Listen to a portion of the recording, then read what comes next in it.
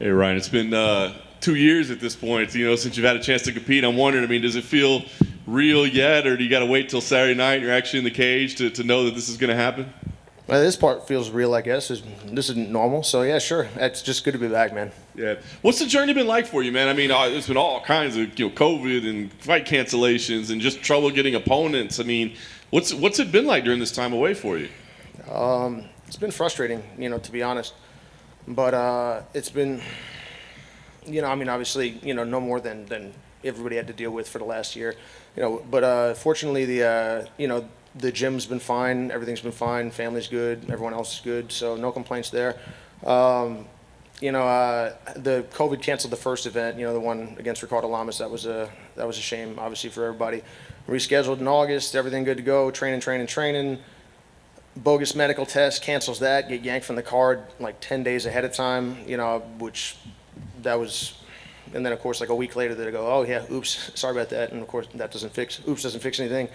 And then wait, train, finally get a great opponent in Dan Ige, the ranked fight that I was looking for, waiting for a very long time.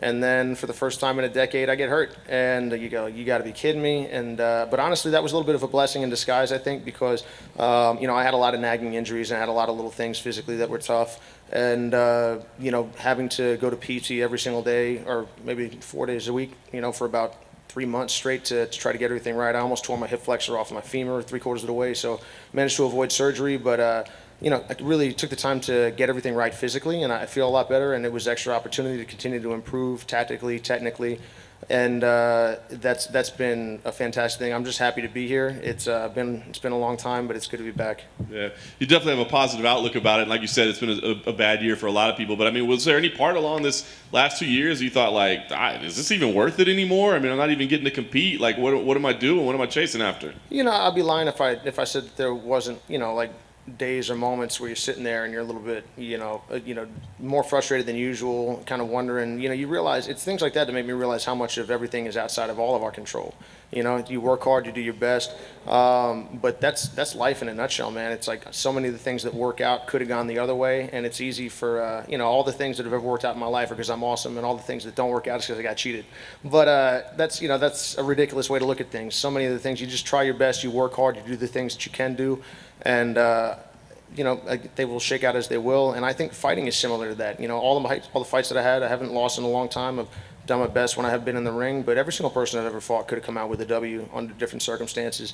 And any time that I've struggled, I could have done a lot better. So it's just a reminder that that's just the nature of everything. And a lot of times things look different, from a distance, and that can be distracting. I guess almost like from a fan perspective, you act like if you won, you would always win.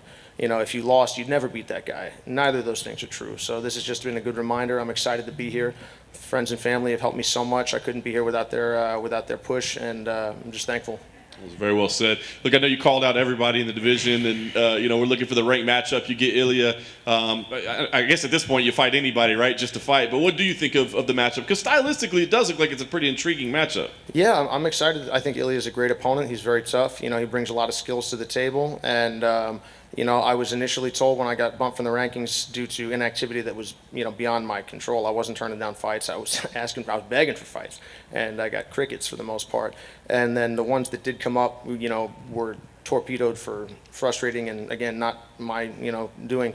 But anyway, when I was told I would be able to fight back in the rankings, I was excited, but due to timing, who's available, that wasn't on the list. And they asked about Ilya Poirier. I looked up who he was. I'd seen him fight prior. He's a very tough guy. I came here to fight the best. He represents a great challenge and a great opponent, and that's why I signed up immediately. I don't turn down fights. If you're good, if you're tough, I don't care who you are. I will fight you. If you're yelling about me and you're not very good, you can buzz right off. But as far as Ilya, he's a tough opponent. I think he's top class. I think that he's as good as many people in the top 15 already. And I look forward to competing against a big challenge on Saturday. And if we come out of there with a good outcome, I want to get right back in. And as far as I'm concerned, I am in the top 10 right now, because you look at how many people have been bumped out. Where I was ahead, we've got people that beat guys that were outside of the top 10 that are now 9, 10, 11, 12. That's fantastic. I'm glad for them. But I'm effectively at that same spot, had it not been for, circumstance. So I would look forward to getting back in and, and sorting out some of that unfinished business. But regardless, I look forward to competing again and again and again in quick succession, as long as I make it out of these things relatively unscathed.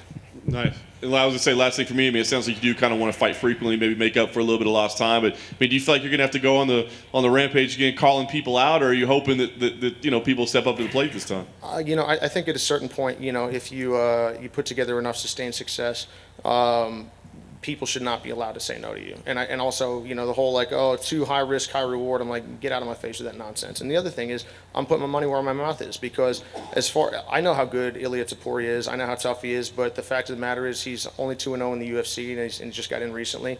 And I'm willing. I can't ask other people to do things that I'm not willing to do. And as far as I'm concerned, I'm here to face the best challenges possible. I think that I represent a lot of that to a lot of people, but Ilia represents that to me, and that's why I immediately signed up. And if I put my money where my mouth is and I come out of that with the right direction, I think that kind of demonstrates that other people in my mind ought to be doing the same thing. But regardless, I'm going to fight with everything that I can. I will play with all my skills on Saturday. I'll give it everything I got, and we're going to move forward in the positive direction, win, lose, or draw. Ryan, right behind him. Hey, Luke. Hey, man. Excuse me. Actually, can you come back to me real quick? I'm sorry. For sure, dude.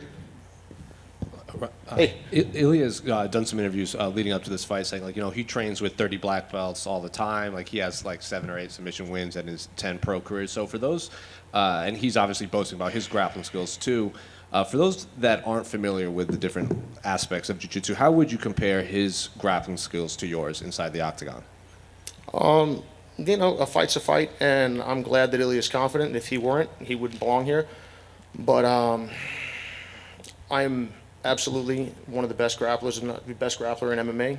And I'm just here to compete. I haven't had the opportunity to demonstrate that very often because of lacking opponents. But I'll look forward to putting that into practice on Saturday. And if he wants to test his grappling, I think I'm the right guy for it. I'm sure he's good. I've seen what he's done, but the reality is I've been at a very high level for a very long time. I've been working hard. I've been improving since I've been at that level, and I just look forward to the challenge that he brings. And you said you would be fine of him testing his grappling against you, but what if this fight stays standing? Have you watched any of his striking at all, and are you impressed with his striking? Of course, yeah, no, Ilya's very tough. I'd say a lot of times MMA is interesting because I think a lot of people have to convince themselves that the other guy isn't very good, in order to get in there.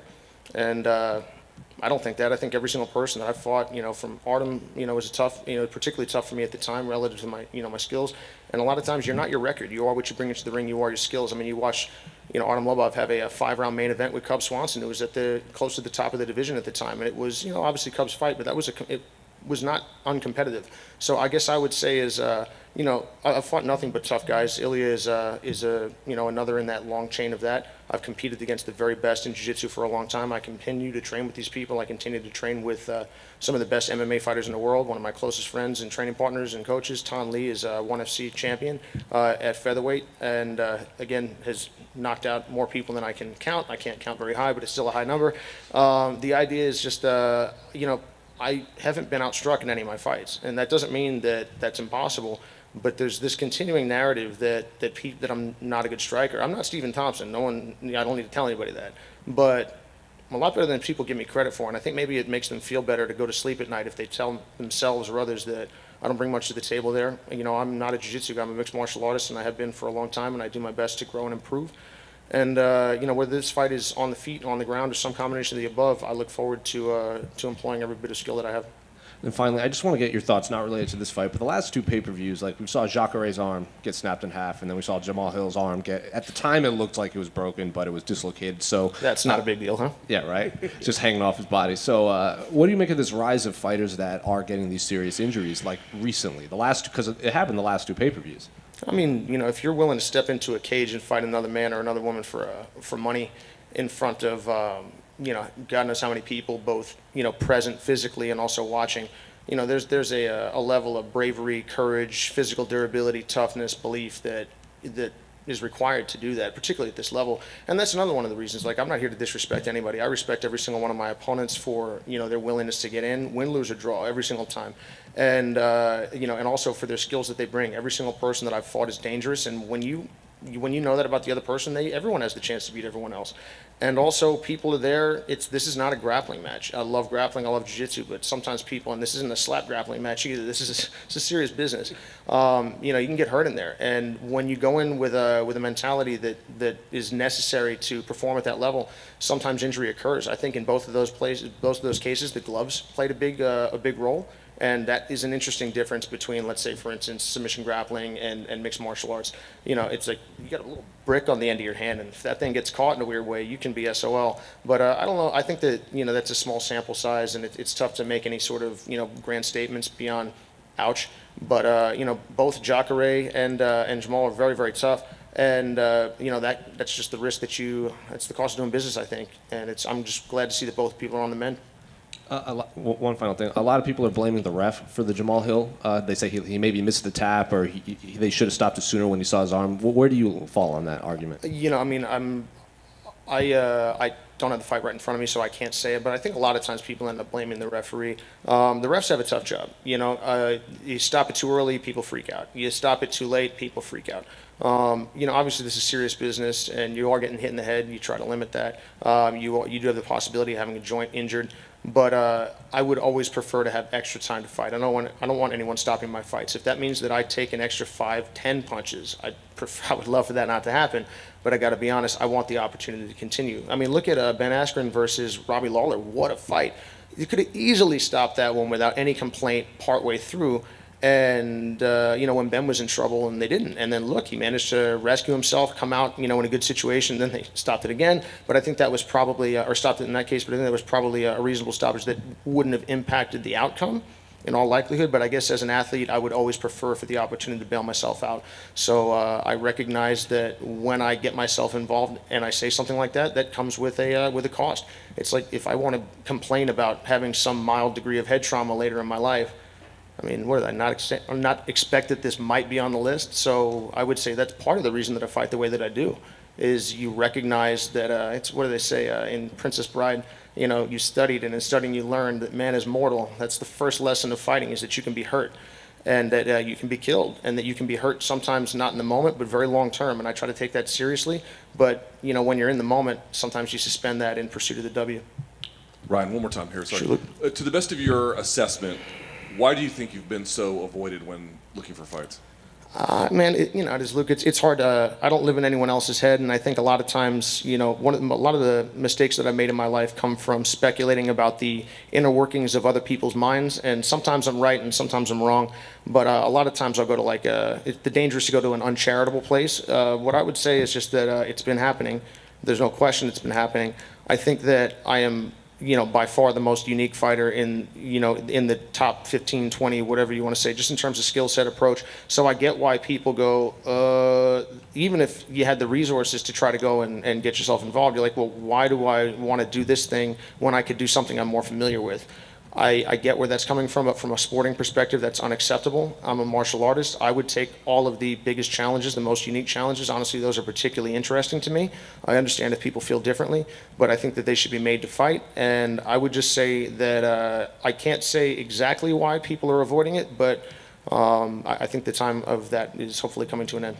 And in terms of your grappling, certainly your place among the best grapplers in MMA is there. But I guess I wonder, when you think about the game and your value add there, what you're doing that your contemporaries, even very good grapplers, are not doing, what is your edge there? How do you view what you do that the game is kind of missing at large? Well, all I can say is that I'm trying to fight in a way that is meaningful to me and makes sense to me and accomplishes my goals. And my goal is to come here and to play with everything that I have. My goal is to win. My goal is to hit and not be hit. My goal is to play to dominate. And dominate, a lot of times I've been in jiu-jitsu matches that I've lost and won 2-0 that were completely one-sided. And I've been in ones that were 15-2 that were a scrap. And it's not always, the score does not always tell the tale. I guess I would just say like a knockout doesn't always. There's plenty of matches that end in submission or end in a knockout that were not under control. And then there's fights that go the entire time. I think Max Holloway does a great job of this. Oftentimes you're like, man, this guy's in a 5-round fight, but he's in control seemingly the whole time. And it's Stephen Thompson, the same kind of thing. It's brilliant to watch when you watch Adesanya, when you watch these guys, Valentina. You watch some of the best guys and girls doing their thing. So I would say that I try to bring a tactical, and a strategic understanding that allows me to do these things. And I think that a lot of times the mistake that many of us can make is breadth over depth. I don't want to be an inch deep, a mile wide.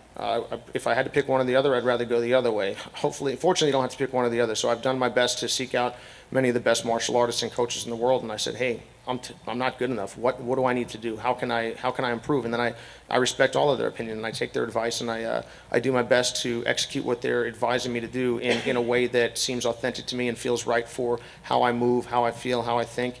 And also I'm willing to be embarrassed. Every single time I go out, I'm doing stuff that other people aren't doing, which means that when it works, generally speaking, it's written off as a gimmick. And if it doesn't work, if I get beat up, everyone's gonna say, ha ha ha, you nerd, you should have just double-legged everybody. And then I go, well, I don't think that would have worked for me either. So I just say that I think that when Conor McGregor's fighting at his best, I think when many people are fighting at their best, they're willing to take that risk of being out on an island, being embarrassed, being different. But that's always the sort of thing that I think pushes the game or pushes any game forward.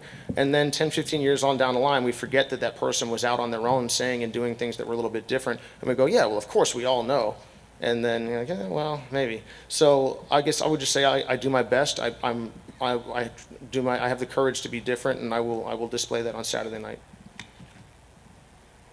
Can I ask you what it means back here in the back? Oh, sorry, sure thing. Hey.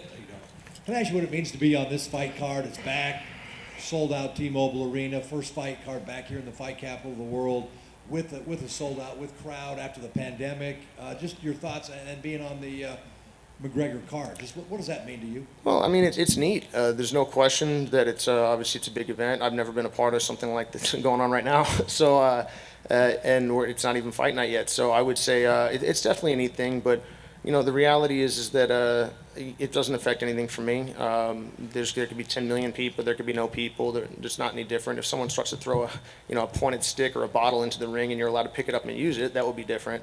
But it's just you and the other guy and a referee and a ring, and that's all there is to it. I'll do my best. I'll play with everything that I have, and I'll walk in and out of that ring with my head held high regardless of the outcome, because I know that I've prepared with everything that I have. I'll fight with everything that I have, and no matter what, I'm going to move forward in a positive direction and go back and do it again.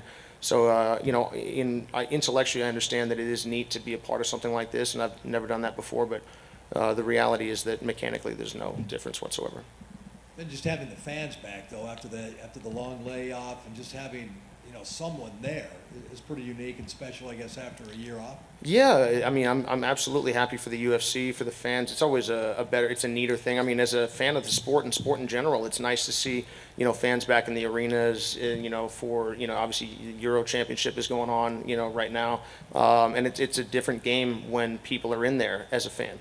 But as a performer, as a player, there is no difference. I don't care if we decide to fight in that hallway or out in this parking lot. I would make a minor adjustment for the hallway or the parking lot just because the floor's harder. That's a real thing. But as long as if they park the octagon out there, I mean, it's 6 1/2 dozen. I'm glad for everybody. I'm glad for the UFC. It's nice to see a return to at least quasi-normalcy. But again, there is no difference. Final question. Can I ask you what your thoughts would be on the commission no longer testing for marijuana? Just what are your thoughts on that? Yeah, I don't think that that's the sort of thing that should be. It's an interesting thing. There's always, whether it's laws, federally, locally, or commissions doing their thing. A lot of times they're not necessarily in step with how people are, or the people with a capital P. And I guess, to see people, obviously, that we had a sprinter, recently she lost her opportunity to compete in the Olympics. As a result of that, I think that's insanity. I understand that the rules are the rules, and there's a certain level of that, but I think that, this needs to be changed. I don't have a dog in the fight at this point, but it's one where you go, hey man, it's just, is this a big deal? Yes, then fine. Is this a big deal? No, then what are we doing here? I'd like to see that. I'd like to see that adjusted, and I'm glad to see the softening. Again, I'm a big freedom guy. If you want to go hurt yourself, I would strongly advise you not to do it. But hey, man, if you want to jump off of that bridge, that's on you. You know, if you want to go smoke 15 pounds of weed every single day, that's on you. You want to sell it to my kid, we're going to have a problem. But other than that, you know, it's just basically, do I support, are you injuring anyone and are you taking an unfair advantage? No? Then it's not my concern what you're up to. And I'd like to see commissions, I'd like to see laws reflect that. Ryan over here on your left, just over here. Oh, hey, how you doing? Good. So you talked at length about how you had a long layoff, and it wasn't anything that you did. It was about a bunch of external factors that led to that. I'm just curious about, do you plan on competing more after this fight, win or lose? Oh, you're damn right. And how do you plan to combat ring rust in this fight? Ring rust is not a real thing. Last thing from me, I want to get your thoughts and predictions on the main event. You know, I think there's going to be a great fight. You know, Conor is obviously, we know who Conor is and what he's done. The sport wouldn't be what it is at this point were it not for Conor McGregor, and that's just the truth. Dustin Poirier is a fantastic champion in his own right and has come so far. It's neat to see sometimes when people, you know, they meet early on in their career.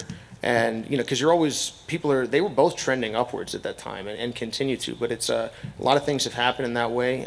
It's neat to see how both have grown. Conor has altered the landscape in a very real way, but he also adjusted the landscape on a technical and tactical level in a certain regard. And it was interesting to see him move away from that in his last fight.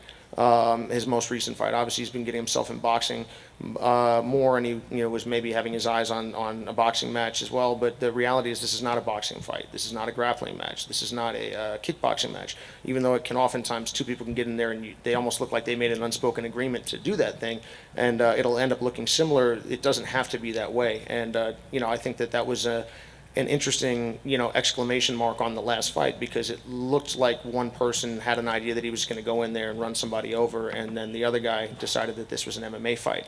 Both people have great technical resources. Both are very tough guys. I'm looking forward to a fantastic fight, and I'm sure that Conor will make some adjustments, and that when he does, Dustin will make counter adjustments. I would just say that, I think this sport's a very interesting place with Conor McGregor in it, so I'd like to see him stick around for as long as possible, Dustin as well. I'm just looking forward to a great main event. Thanks, Ryan. Sure. Ryan, can you share some of your why is ring rust not real? Why is it real? Trainers in boxing, boxers have said it. Certain fights, there's no unanimity, but some athletes do swear by it. Yeah, I guess I think your mind makes things real. If you forget what it's like to compete, that's an issue. But it's like, let's say I've had coaches tell me, like, hey, if you don't feel nervous, you should be nervous. I'm like, oh my God, I was calm. And then you're like, wait a minute. What do they say? It's you can never walk in the same river twice, because even if the river's the same, you're not the same man, you're not the same person. So the reality is that I would just say that I've got more experience in my life. I've competed a lot in my life. I haven't been in the ring in a while, but I hadn't been in the ring in a while against BJ. I hadn't been in the ring a ton before the Elkins fight. I hadn't been in the ring in a while before the Gray fight. Had been a year. I hadn't been in the ring in a while between my last fight regionally and the Ultimate Fighter fight. It had been a year. Each time at those times I was about to walk away from the sport to go do something else, because I didn't perceive a path to where I was hoping to be. But all I can say is that I'll be calm, be composed, and play with everything that I have. I think a lot of times fighters, we're all people, and I'm no different than anybody else. We can all be superstitious, but people want to come up with reasons for why things happen, and have like let's just bottle it up in like power or ring rust or something. Like people tell me, man, why don't you go out and just finish everybody like against BJ? And I'm like, oh, am I allowed to do that? Oh, no way. It's ridiculous. Everything is a time and a place. And, like you zig when you should have zagged, you do the reverse. Everything's different. People miss punches all the time and they go, yeah, slip that. I'm like, no, dude, the other guy just missed. Like there was one against Elkins that I got my hair cut like almost, and I didn't see that one, man. And that was a fight that I think I dominated for 14 minutes and 57 seconds, but definitely not those 3 seconds. And I got away with one. And what would have happened if I got hit in the head? I don't know. I wouldn't love it, I'll tell you that much. But would it have impacted the fight?